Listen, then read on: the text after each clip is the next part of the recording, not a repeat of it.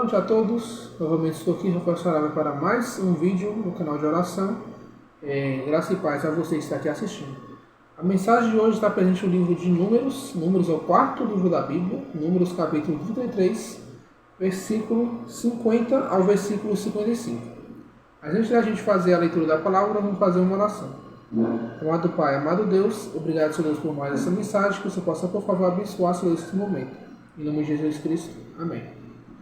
Número 33, verso 50, diz o seguinte: Nas campinas de Moabe, junto ao Jordão, frente a Jericó, o Senhor disse a Moisés: Diga aos israelitas, quando vocês atravessarem o Jordão para entrar em Canaã, expulsem da frente de vocês todos os habitantes da terra.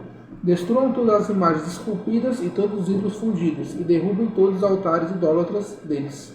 Apoderem-se da terra e instalem-se nela, pois eu lhes dei a terra para que dela tomem posse.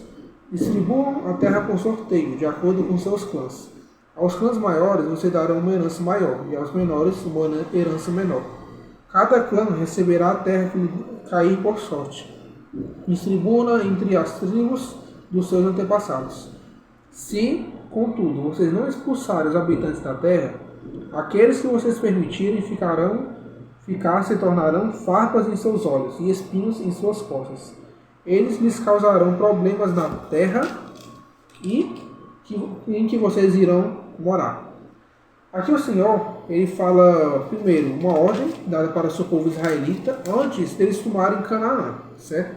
Que eles chegaram lá em frente em Canaã, e na medida do poder de Deus e da permissão de Deus, eles iam tomar a terra por herança. A herança dada, por exemplo, para Abraão, prometida para Abraão, certo? Só que Deus, além de uma ordem, ele também deu um aviso.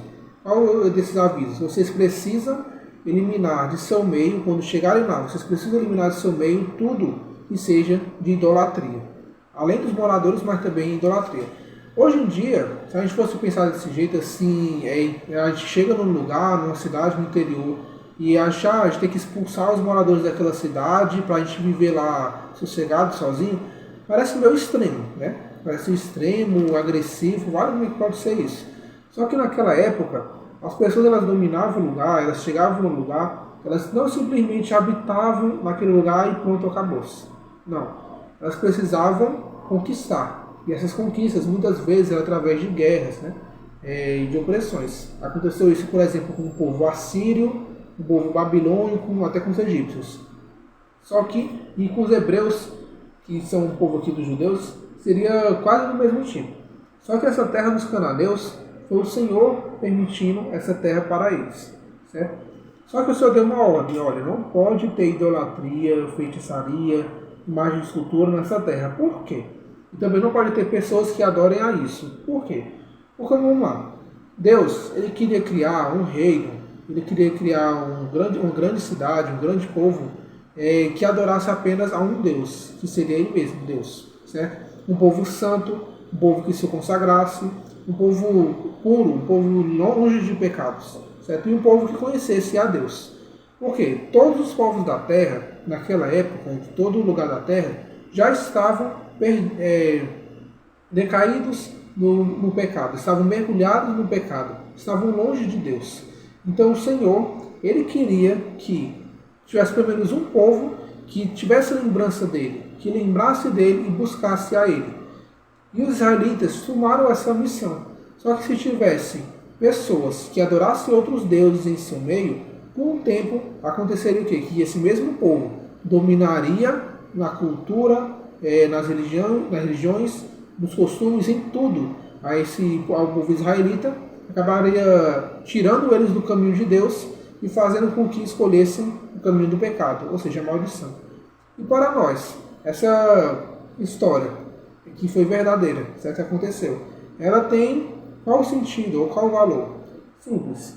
Quando nós estamos conseguindo um objetivo, trilhando por um caminho, a gente precisa fazer escolhas. E quais são essas escolhas?